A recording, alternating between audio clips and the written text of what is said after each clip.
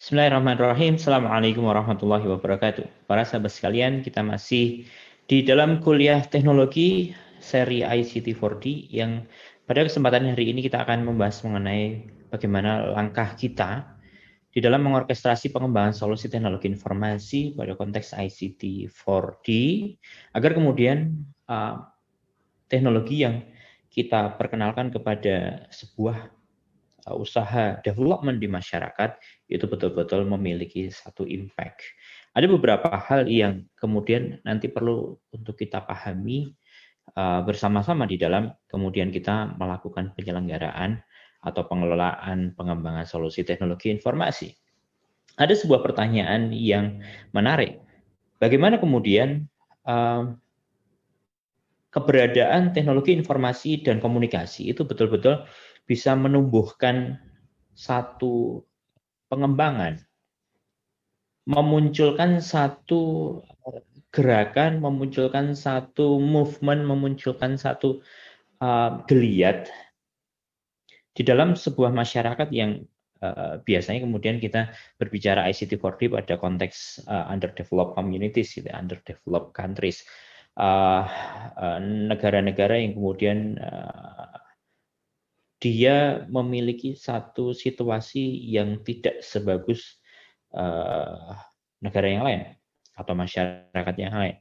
Yang kemudian dari sini kita akan berbicara mengenai impact. Bagaimana kemudian apa yang kita lakukan itu betul-betul bisa dirasakan impact-nya, bisa dirasakan efeknya bagi masyarakat kita. Entah kemudian konteks masyarakat kita itu di dalam skup yang kecil atau kemudian di dalam sebuah kemasyarakatan yang besar seperti sebuah negara misalnya. Nah, di dalam kita melakukan pengembangan-pengembangan itu tentu kemudian kita tidak bisa menjadi orang yang egois yang kemudian datang sudah membawa solusi kemudian kita paksakan sebuah solusi untuk bisa di-apply di masyarakat. Tentu tidak demikian karena dari sebuah masyarakat kita akan bisa melihat apa yang menjadi problem di antara mereka sehingga banyak pendekatan yang sudah kita bahas di dalam video-video yang sebelumnya penting untuk ditilik, penting untuk dilakukan. Sehingga betul-betul keberadaan TIK atau ICT, Information Communication Technology, itu betul-betul bisa berdampak bagi mereka. Nah, ada sebuah makalah yang ditulis oleh Shane dan beberapa penulis yang lain mengenai bagaimana ICT ini dia akan punya impact di development. Apakah kemudian awalnya ini sesuatu yang terpisah? Sangat mungkin kemudian sebagian orang melihatnya sebagai sesuatu yang terpisah, tapi pada konteks ICT 4D ini kita ingin mencoba mengkorelasikannya. Gitu. ICT 4D ini adalah bertemunya ICT dengan development yang kemudian ada transformatif proses yang kita akan selenggarakan di sana sehingga keberadaan masyarakat itu kemudian menjadi tumbuh. Ya, karena ada proses transformatif, proses untuk mengubah dengan intervensi ICT. Nah, para sahabat sekalian yang berbahagia, mestinya kemudian dari gambar ini kita akan bisa melihat bagaimana ada sebuah peran di sana yang tentunya kemudian di dalam kita membuat ICT agar dia punya impact di dalam development dan memunculkan sebuah transformatif proses mesti kemudian dirancang dengan sebaik-baiknya. Kita akan berdiskusi tentang perancangan itu nantinya. Bagaimana langkah kerjanya? Apakah kemudian kita tinggal pick sebuah solusi ataukah kemudian kita harus mengorkestrasinya di dalam sebuah strategi? To understand the development impact, the role of ICT in the transformative process, we need an understanding of the factors that affect the transformation. In other words, we need to understand the context in which we apply the ICT. Important. Sesuatu yang penting bahwa kemudian kita memahami konteks apa yang kemudian ingin kita lakukan. Apa yang kemudian kita ingin masyarakat lakukan. Apa yang kemudian kita ingin ada perubahan di dalamnya. Yang tentu kemudian yang tidak akan berubah adalah perubahan itu sendiri. Artinya kemudian everything changing gitu. Yang dari sini kemudian kita akan perlu melihat target apa sih yang kita ingin achieve gitu. Apa yang kita inginkan masyarakat lakukan? Apa yang kita inginkan masyarakat itu terbentuk di dalamnya. Nah, dari sini kemudian kita akan mampu menyusun langkah yang tentu tidak semua problematika dinamika di tengah masyarakat, itu kemudian solusinya ICT. Tentu para sahabat sekalian juga memahami, kadang solusi itu dalam bentuk policy, kadang solusi itu di dalam bentuk-bentuk yang lain, tidak harus kemudian ICT, tetapi kemudian kita akan mencoba melihat sejauh mana kemudian ICT itu bisa contribute di dalam sebuah perubahan di tengah masyarakat. Sehingga bagi kita yang melakukan perencanaan teknologi informasi dan komunikasi agar kemudian nantinya punya impact untuk changing masyarakat menuju kepada situasi yang lebih baik, tentunya kita harus kemudian memikirkan itu. Nah, sebagian orang yang mengembangkan solusi terkadang kemudian memiliki satu pikiran yang skeptis bahwa negara dunia ketiga itu less developed jika dibandingkan dengan negara barat misalnya. Ini sebuah paradigma lama yang tentu kemudian kita penting untuk meniliknya kembali apakah kemudian ini sesuatu yang masih relevan untuk kita gunakan hari ini. Seolah-olah kemudian barat lebih segalanya gitu. To be honest, memang kemudian they are fast gitu ya. Mereka cepat, tetapi kemudian tidak membuat kita serta-merta kemudian mengcopy apa yang mereka lakukan. Kita dalam konteks negara dunia ketiga, underdeveloped countries, ya, yang kemudian dari sini kita akan coba menengok ulang apakah kemudian kita betul-betul harus mengikuti semua strategi itu 100%, ataukah kemudian kita perlu untuk memilih satu strategi yang lebih cantik. Sebagian teknologi barangkali kita bisa adopsi, sebagian solusi barangkali bisa kita adopsi, tetapi sekali lagi konteks masyarakatnya tentu kemudian berbeda. Apakah kemudian kita akan bisa, contoh misalnya kita propose bagaimana memberikan satu alternatif untuk proposing solusi ke tengah masyarakat. Jadi misalnya dengan sebuah pendekatan skala kecil misalnya, atau kemudian praktik-praktik yang kental dengan nuansa lokal genius misalnya, yang tentu kemudian solusi-solusi yang lebih customize itu akan menjadi satu alternatif daripada kemudian kita langsung mengcopy, karena kadang mengcopy pun ada banyak challenge yang akan muncul. Yang pertama adalah tentang kondisi masyarakatnya, yang kedua adalah mengenai rules and policy, yang ketiga tentu kemudian mengenai ketersediaan pendanaan. Secara kemudian kita pahami bahwa sebuah solusi terkadang memerlukan satu dukungan finansial yang relatif kemudian besar. Nah, langkah-langkah kerjanya seperti apa? Ini yang kemudian nantinya perlu kita susun, kita akan coba lihat, termasuk nantinya perlu masuk di dalam radar kita tentang bagaimana memunculkan partisipasi aktif dari masyarakat yang ada di sekitar kita. Nah, menarik ketika kita menilik beberapa paper, salah satunya adalah paper dari Sen ini, bahwa kemudian ada satu kecenderungan pendekatan yang baru, pendekatan yang berbeda, di mana kemudian di sini muncul satu interaksi dua arah.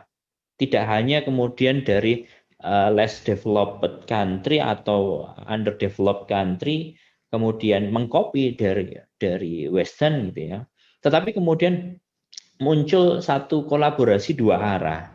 Kolaborasi dua arah, contoh misalnya ada yang inisiatif open data misalnya, open healthcare misalnya, atau kemudian open education misalnya, ada sistem-sistem yang bisa dimanfaatkan misalnya dan lain sebagainya. Yang ini kemudian menjadi sebuah opportunity bagi semua pihak untuk saling bisa membantu, saling bisa menguatkan, sehingga solusi-solusi ICT ini betul-betul nantinya memiliki impact di tengah masyarakat. Focus on three dimensions of openness and information co-creation, participant motivation, process versus product for the development of the commons, and governance of localized public goods. Yang kemudian ini akan bisa menjadi fokus dari pendekatan yang baru tadi. Artinya kemudian di sini akan melibatkan tidak hanya inisiator, tetapi kemudian ada keterlibatan aktif dari masyarakat. Ada semangat yang luar biasa di tengah masyarakat untuk kemudian changing. Kuncinya adalah di keinginan untuk kemudian berubah. Yang tentu kemudian banyak solusi yang barangkali keren luar biasa, tetapi ketika tidak ada motivasi dari pihak-pihak yang nantinya akan menggunakan teknologi, maka kemudian tidak akan impact itu dirasakan. Nah, para sahabat sekalian yang berbahagia, perspektif baru yang semacam ini penting untuk kemudian kita masukkan di dalam langkah-langkah kerja kita, yang tentu kemudian jika paradigma lama kita merancang sebuah solusi, kemudian mengimplementasikan solusi, perlu kemudian di dalam perencanaan itu kita masukkan bagaimana agar masyarakat bisa terlibat aktif untuk melakukan kustomisasi, untuk kemudian memberikan input, untuk kemudian memberikan feedback dan lain sebagainya, sehingga kebutuhan masyarakat itu betul-betul bisa termanifestasi di dalam sistem. Nah, di dalam mengorkestrasi solusi, pengembangan solusi, kita akan bisa melihat solusi akan dapat ditawarkan dalam berbagai macam, yang tergantung kemudian konteks problematika yang ada di tengah masyarakat. Yang problematika kadang kemudian disebabkan oleh ketidakmampuan masyarakat di dalam menjangkau pembiayaan untuk koneksi internet misalnya, maka kemudian kita akan bisa menawarkan solusi bagaimana mendatangkan koneksi internet ke sana misalnya. Contoh lain lagi misalnya tentang transparansi keuangan misalnya, bagaimana kemudian pengelolaan di dalam sebuah organisasi, pengelolaan keuangan negara dan lain sebagainya, itu bagaimana strategi transparansinya, bagaimana kemudian problem-problem yang tentu kemudian kita akan bisa mengklasterkannya mulai dari yang ukuran terkecil sampai ukuran yang terbesar gitu ya. Yang kemudian dari sana kita akan bisa mencoba untuk menggambarkan apa saja langkah kerja yang harus kita lakukan. Nah, di dalam kemudian kita firm di dalam merencanakan langkah kerja tadi, ada beberapa teori yang tampaknya menarik untuk kita tilik ya. Yang pertama adalah aktor network teori, kemudian yang kedua nanti kita akan membahas sedikit mengenai sosial kapital. Yang dari sini kita akan bisa melihat bahwa ada beberapa langkah kerja yang nanti tampaknya perlu dieksekusi, perlu ditilik untuk kemudian kita aplikasikan ketika kita akan berinteraksi dengan masyarakat dalam konteks kita mencoba untuk menawarkan solusi kepada mereka. Nah, pada aktor network teori ini kemudian kita akan bisa melihat ada 4 proses besar gitu ya. Ada 4 proses besar. Yang pertama adalah problematization. Problematization ini adalah sebuah proses di mana kemudian ada perumusan apa yang sebetulnya menjadi problem, apa yang sebetulnya menjadi sesuatu yang challenging bagi masyarakat untuk kemudian berubah ke situasi yang lebih baik. Yang tentu kemudian Anda akan bisa menengok banyak konteks kasus ya, barangkali satu daerah akan berbeda dengan daerah yang lain, satu negara akan berbeda dengan negara yang lain, satu masyarakat kecil di dalam satu dusun misalnya akan sangat mungkin berbeda daripada yang terjadi di dusun yang lain. Nah, di sini perlu ada pendefinisian yang tepat. Apa yang menjadi problemnya? Yang tentu kemudian di sini kita akan bisa melihat dalam diskusi kita mengenai penentuan problem itu, tentu kita kemudian akan langsung di sana bisa menggali apa yang sejatinya diinginkan. Semacam kemudian kita memetakan apa yang menjadi tujuan dan current situation-nya. Ya kan? Apa yang menjadi gap antara dua ini, current situation dan target atau tujuan. Dari sini kemudian kita bisa melihat, oke, ada sebuah problem nih. Contoh misalnya, ada problem di mana kemudian daya beli masyarakat tidak tidak cukup kokoh, sehingga ketika akan menuju ke tujuan, ini masyarakat betul-betul tertatih-tatih, maka kemudian perlu dicarikan solusi. Bagaimana nih menguatkan daya beli masyarakat misalnya, konteks internet. Sebetulnya di negeri ini harga internet sudah relatively low, katakanlah misalnya demikian. Tetapi kenapa kemudian masyarakat tetap mengalami kesulitan di dalam kemudian menyediakan koneksi internet, contoh misalnya untuk edukasi anak-anaknya di dalam masa pandemi saat ini misalnya. Ini problem nih, bagaimana nih solusinya? Maka kemudian dari sana perlu didefinisikan dengan baik problemnya seperti apa, kemudian baru masuk ke langkah yang berikutnya. Ya, langkah yang berikutnya, devices through which act, then detach and retest to lock at least into the problematization. Yang kemudian di dalam proses yang kedua, interestment ini, kemudian dari problem yang sudah terdefinisi di dalam langkah yang pertama, itu kemudian kita mencoba untuk mendiseminasikan problem ini kepada orang-orang yang ada di sekitar. Sehingga kemudian mereka akan mencoba untuk memvalidasi apakah kemudian problem ini betulan sesuatu yang kemudian terjadi atas mereka, ataukah kemudian perlu ada dilakukan penyesuaian ulang, perlu dilakukan pendefinisian ulang. Yang kemudian ketika ada sebagian orang melihat bahwa ini adalah sebuah problem, ya ini adalah masalah yang kita alami, maka kemudian mereka akan semakin bisa merasakan bahwa we are in the middle of problem. Oke, kita berada di tengah masalah nih, masalahnya kayak gini nih, ya. Yang kemudian dari sana kemudian akan bisa kita lakukan sebuah proses, ya. Sebuah proses di mana kemudian problem ini akan mulai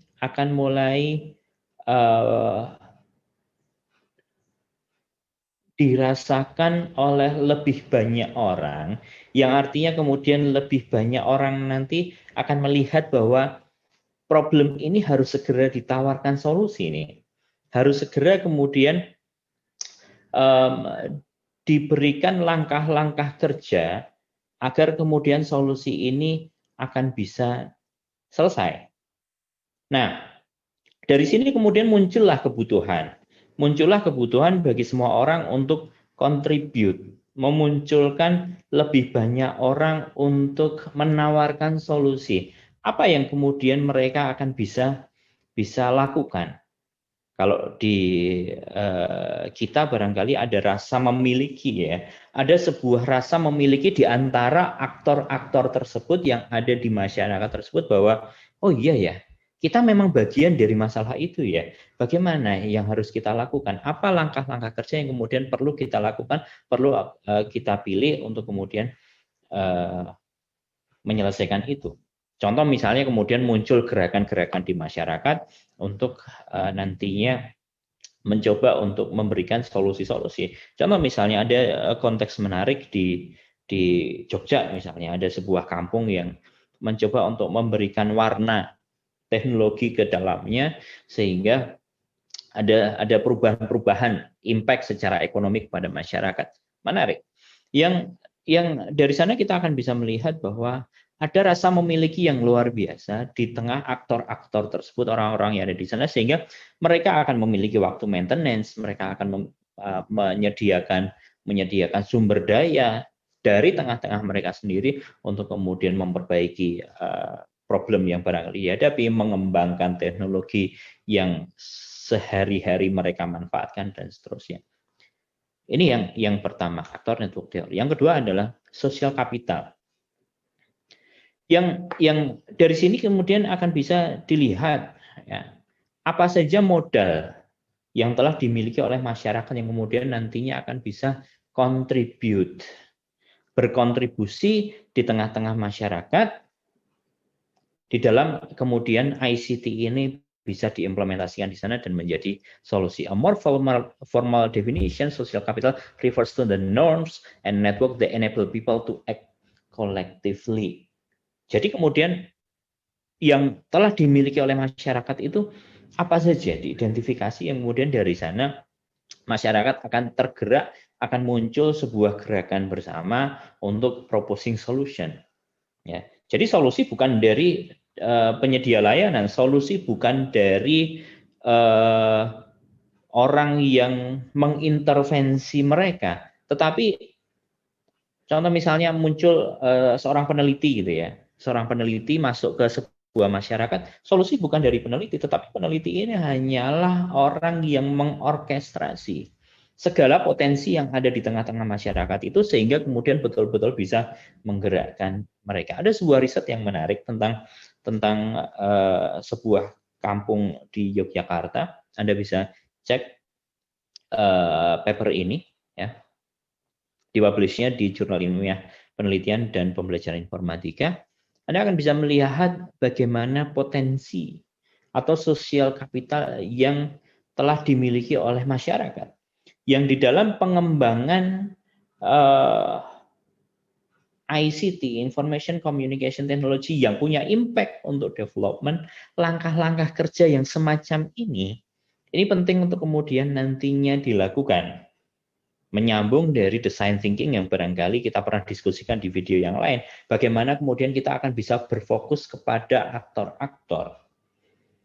Kita akan punya betul-betul sebuah well customized solution, ya, yang kemudian contoh misalnya di dalam konteks paper ini dari case yang diangkat di Jogja, ada rasa memiliki, kemudian ada network di antara mereka, kemudian ada perasaan percaya dan rasa aman di tengah-tengah mereka, kemudian ada perbedaan keragaman, kemudian ada timbal balik, ada nilai norma pandangan hidup, kemudian ada kekuatan masyarakat yang proaktif, kemudian ada partisipasi, yang dari situ kemudian langkah-langkah kerja itu kemudian bisa diset. Contoh misalnya, mengikut sertakan masyarakat dalam diskusi program. Ini penting. Melakukan pemeliharaan infrastruktur secara gotong royong, penggunaan media sosial untuk menarik minat masyarakat, pemilihan tokoh masyarakat dalam sosialisasi, edukasi masyarakat, pendekatan pengenalan internet, program pelatihan, ya, yang kemudian diusahakan memiliki timbal balik langsung bagi masyarakat. Contoh misalnya, di sana ada beberapa masyarakat yang kemudian mulai secara ekonomi berkembang gitu ya, yang langsung kemudian impact-nya bisa dirasakan oleh mereka. Dan langkah-langkah kerja yang lain yang tentu kemudian di sini perlu untuk diorkestrasi dengan baik sehingga ada impact, ya. ICT 4D itu betul-betul nantinya akan bisa dirasakan oleh masyarakat. Nah, dari sini kemudian kita akan bisa melihat beberapa teknologi menjadi solusi bagi mereka. Yang pertama tadi sosial media misalnya, kan? Sosial media bagaimana kemudian connecting people. Yang tadinya mereka hanya bisa jualan di rumah-rumah mereka, sekarang kemudian dengan sosial media, dengan marketplace segala macam, mereka kemudian bisa memperluas, ya, bisa memperluas penjualan mereka. Sehingga konsumen mereka tidak hanya orang-orang yang ada di sekitar rumah mereka, tetapi kemudian pengiriman barang itu juga bisa dilakukan lebih luas lagi.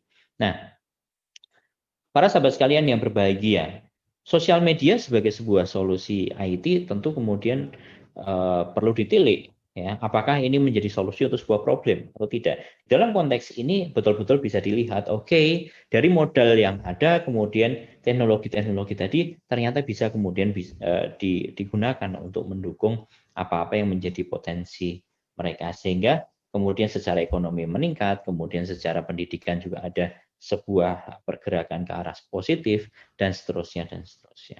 Nah, para sahabat sekalian yang berbahagia, di dalam konteks kita mengorkestrasi tadi, tentu kemudian tidak hanya sekedar membangun, tidak hanya sekedar menggunakan, tidak hanya sekedar kemudian usul bahwa silakan gunakan ini, silakan gunakan itu. Enggak. Tetapi ada langkah-langkah kerja yang sistematis, apa yang kemudian harus kita lakukan di dalam problematization tadi misalnya, atau kemudian sampai kepada mobilization misalnya, atau masih di tengah investment gitu misalnya. Dalam kemudian kita mengkoneksikan atau mengkorelasikan antara satu proses dengan proses yang lain di tengah-tengah masyarakat. Yang dari sini kemudian para sahabat sekalian yang berbahagia, kita akan bisa melihat, ya, kita akan bisa melihat langkah-langkah kerja di dalam kita mengembangkan solusi IT nanti akan seperti apa. Yang pertama adalah kita harus care dan aware mengenai project management.